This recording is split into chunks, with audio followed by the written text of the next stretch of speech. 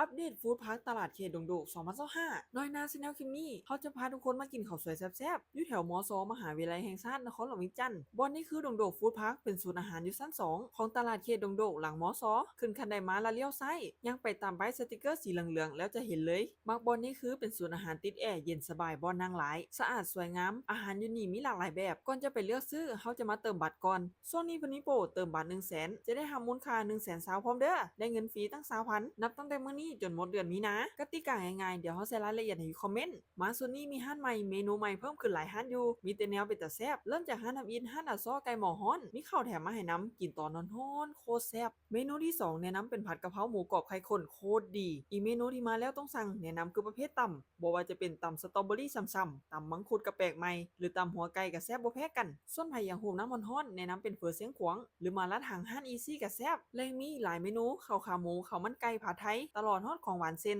ขนมถ้วยบัวลอยเผือกโคตรแซ่บหอมงาขั่วมันกำลังดีบ่หวานหลายใครอยากกินแนวแซ่บๆแบบเฮาก็สามารถนำมาได้ดงโดกฟู้ดพาร์คเปิดทุกมื้อเปิดตั้งแต่9 โมงเช้าถึง6 โมงแลง